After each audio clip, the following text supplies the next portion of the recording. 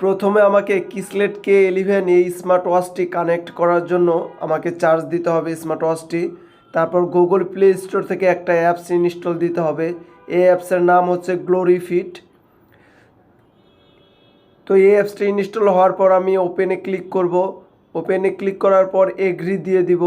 তো আমি চাইলে লগ ইন করতে পারবো, আমি ইগনোর করে দিলাম, এটাও ইগনোর করে দিব। মেল ফিমেল সিলেক্ট করবেন, তারপর হাইট, ওয়েট, কত সালে জন্ম সব কিছু সিলেক্ট করে দিয়ে দিবেন। এখানে আপনারা সব কিছু অ্যালাউ করে দিবেন। তো সার্চের ডিভাইসে এখন আমি ক্লিক করব। I got it, allow. তো কিসলেট K11 পেয়ে গেছে, এটাতে আমি ক্লিক করব।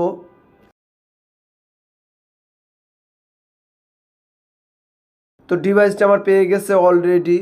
তো সবার প্রথমে আমি যদি ঘড়িটা ওপেন করে নিই, উপর থেকে সোয়াইপ করলে সেটিংয়ে ক্লিক করলে নিচের দিকে আসলে অলওয়েজ অন দেখতে পাবো। এখানে আমি এওডি করে দিব।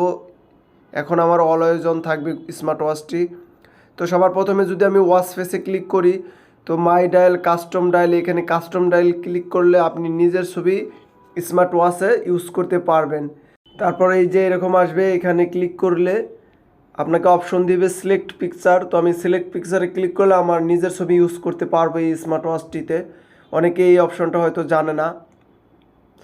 তো তারপর যদি আমি সব কিছু অ্যালাউ করে দিব, কল রিমাইন্ডার অ্যালাউ করে দিব, এটা মাস্ট আমার ফোনের নোটিফিকেশন আসার জন্য এটা অ্যালাউ করে দিতে হবে।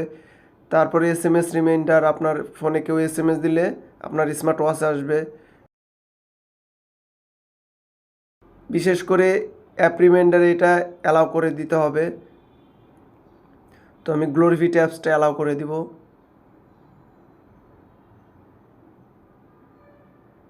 তারপর আপনি চাইলে জিমেল বা ফেসবুক, টুইটার এগুলো অ্যালাউ করে দিতে পারেন, কারণ এগুলো সব নোটিফিকেশন আসবে।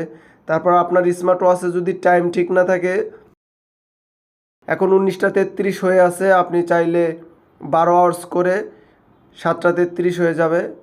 আমার উপরে 24 আওয়ার অ্যান্ড 12 আওয়ার্স দেখতে পারতেছেন।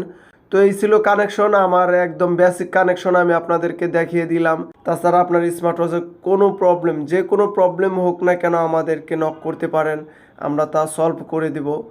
তো আপনারা অবশ্যই জেনে গেলেন কিভাবে নিজের ছবি ইউজ করতে পারবেন, কাস্টম ওয়াচ ফেস করতে পারবেন।